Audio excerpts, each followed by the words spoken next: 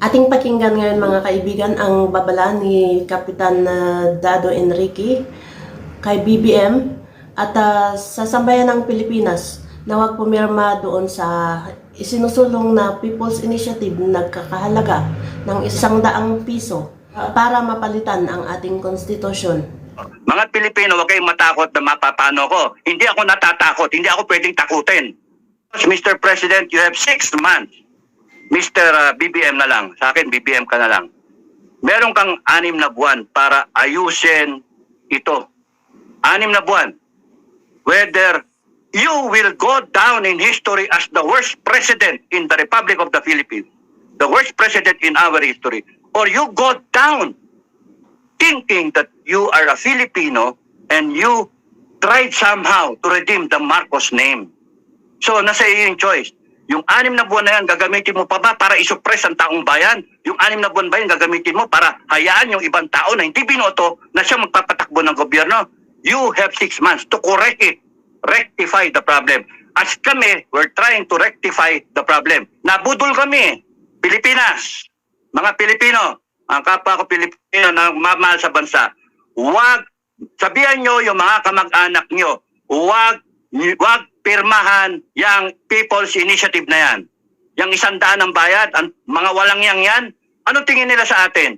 Aso? 100? Mga gago. Mga walang yan. Sorry sa ano. Sorry. Pero walang yan Hindi, mali People's Initiative, ang gagamitin pera, pambayad, 100, parang aso yung mga Pilipino. Tapos na ang pambayad ninyo, pera rin ng taong bayan. Mga walang yan kayo. Maraming salamat, Congressman Edsel Lagman. Maraming salamat. Saludo ko sa iyo. Maraming salamat. Pinatapatawad kita sa lahat ng kasalanan mo, whatever naging kasalanan mo. Kasi yung pagsalita mo na yan, malaking bagay para sa taong bayan. People of the Philippines, huwag kayong pumayag na yung mga kamag-anak nyo na nilalapitan ngayon para pumirma, huwag kayong pumirma para hindi mabago yung konstitusyon. Kasi tsaka na lang natin baguhin pagka maayos na yung Congress. Now, balik ako. Yung salita ni President Duterte, redirection. Yan, tandaan niyo yun. Redirection. Teka, tumigil muna kayo sa video. Huwag nyo nang pakialaman yung video. Wala naman yan Yun yung message. Wala. Wala na yan. Doon kayo mag-focus doon sa sinabi kong original na problema. Congress. Congress. Yung pera. Pasagutin yung Congress. Yung Resolution 10 na yan, yung certificate, liquidation by certification na yan. Tapos nun ano yung nangyari do sa sukli, do sa balanse ng travel expense? Kasama ba yan, in part ba yan do sa binayad ng 632 million na 2 milyon kada congressman na parang pamasko? Tama ba yun? Pamasko ba yun? Sagutin nyo, Congress. Yun yung issue, dun tayo. Because, wag na natin pansinin na muna yung presidente, bugbog sarado na yung presidente. Wag mo na, hayaan mo na. Because, may message din ako sa presidente. Yung Congress at saka Senado, yun ang puntiryahin ninyo. Bakit?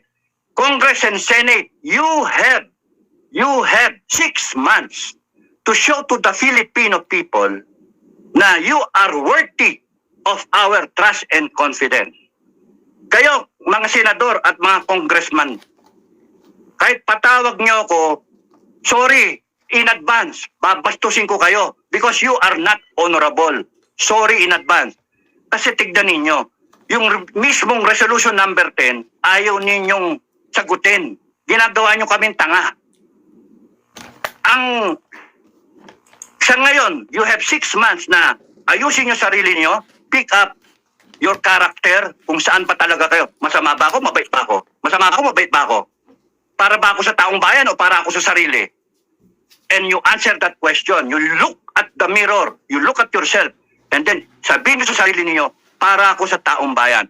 At mula doon, Congress at Senate, kayo mismo, you divide yourselves from the rotten apples. Yung mga bugok na itlog dyan, somebody sa Congress at sa Senate, tumayo kayo, sabihin nyo, mali naman talaga itong Resolution 10. Ayusin na natin. Congress and Senate, binibigyan ko kayo ng avenue. Ako mismo, binibigyan ko kayo. The Filipino people will follow. No? Basta sa akin, tapusin na natin tong kagaguhan ng Pilipinas. Ha? Kakagalit na kayo eh. Tapusin na natin. At kayong lahat Pilipino, kaya nating tapusin yung problema ng Pilipinas. Ayusin na natin. Napag-iwanan na tayo. Kaya gawin na nating Singapore tong Pilipinas, gawin nating Japan, gawin nating mga kapitbahay natin. Kaya natin. Ang problema, tayo kasi tatanga-tanga eh. Naloko tayo eh. Niloloko tayo, binubudol tayo. Nakailang budol na tayo eh. Ilang taon eh. Congress and Senate, may pagkakataon pa kayo. Linisin yung sarili ninyo sa amin, sa mga mata namin. Ipakita ninyo yon.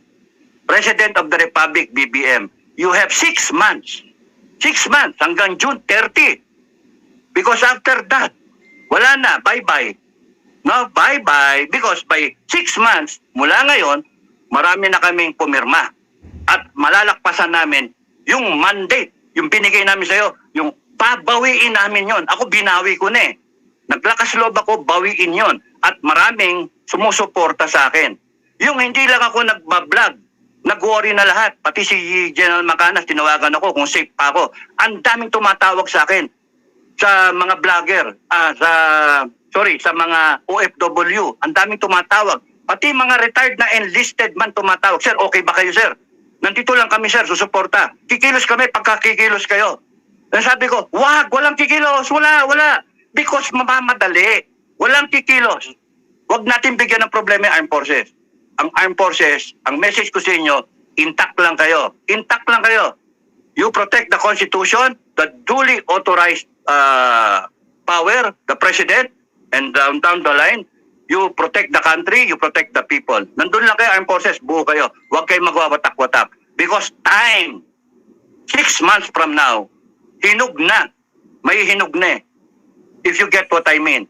Tapos, in fairness to the administration, in fairness to BBM, lahat ng kasama niya, in fairness, maraming salamat at hindi nyo pa tinetake down ang aking Facebook. Maraming salamat at hindi ako hinakasuhan because ma-acquit din yan eh. Dahil sa malayo sa definition ng sedition, yung balak niyong isampa sa akin. Panay pananakot yon ng mga loyal sa inyo. That's why yung manifesto na yan, we have the choice kung babaguhin ba namin yung aming kinreate na monster. Tayo nag-create niyan eh. So, may option ako na bilang isang citizen ng Republic na ayusin to. Mas mataas ako sa Constitution. We, the sovereign Filipino people, imploring the aid of God Almighty, nasa ng gobyerno, nandito sa ilalim lahat sila. Kaya, nilinaw ko yan sa mga vlog ko. That's why maraming nagising doon. We, the sovereign Filipino people, huwag kayong magpapatakot. Because tayo, mas mataas bilang tao, bilang Pilipino, mataas tayong lahat. Kaysa sa kahit sino yan, kahit sino. Even the armed forces, buong armed forces yan, maniniwala sa taong bayan pagka nakita nila yung sovereign will ng tao. Pero kung magpapatakot kayo, dahil sa pailan-ilan lang, mga vlogger na bayaran, yung mga expert dyan, yung mga troll, wala yan.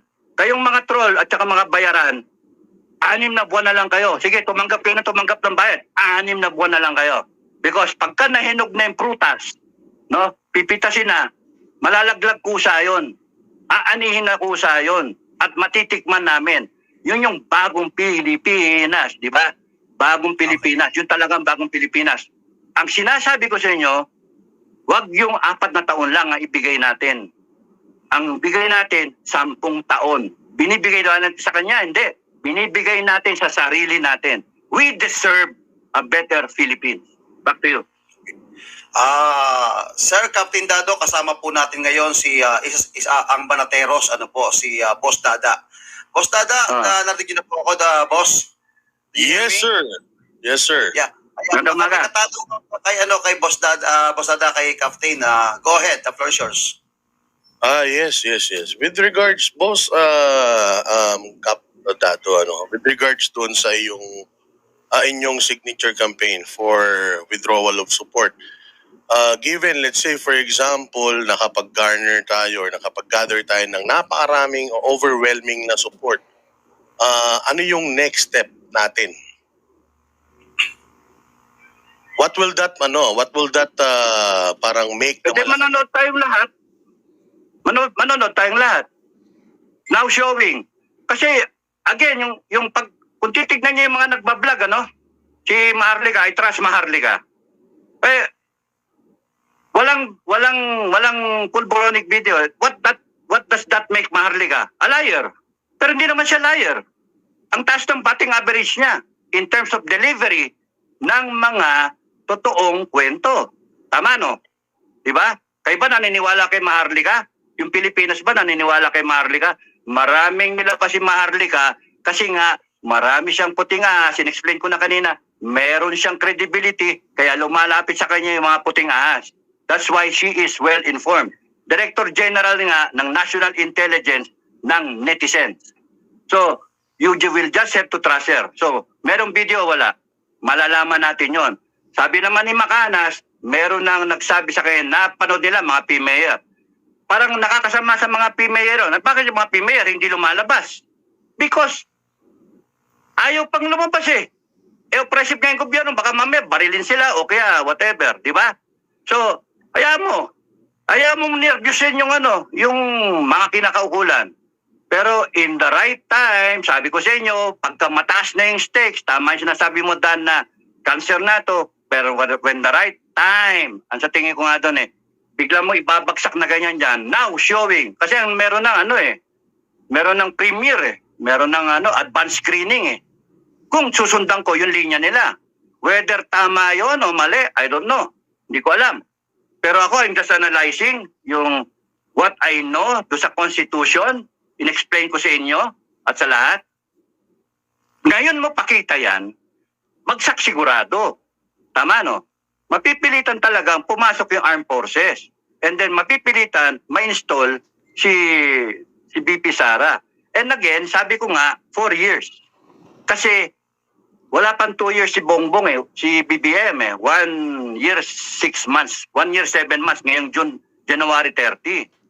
So, yung provision ng Constitution, mapipigilan si BP Sara kung maganda yung performance, sayang, hanggang 4 years lang siya. She cannot run for a full term. Kagaya nung nangyari kay Gloria.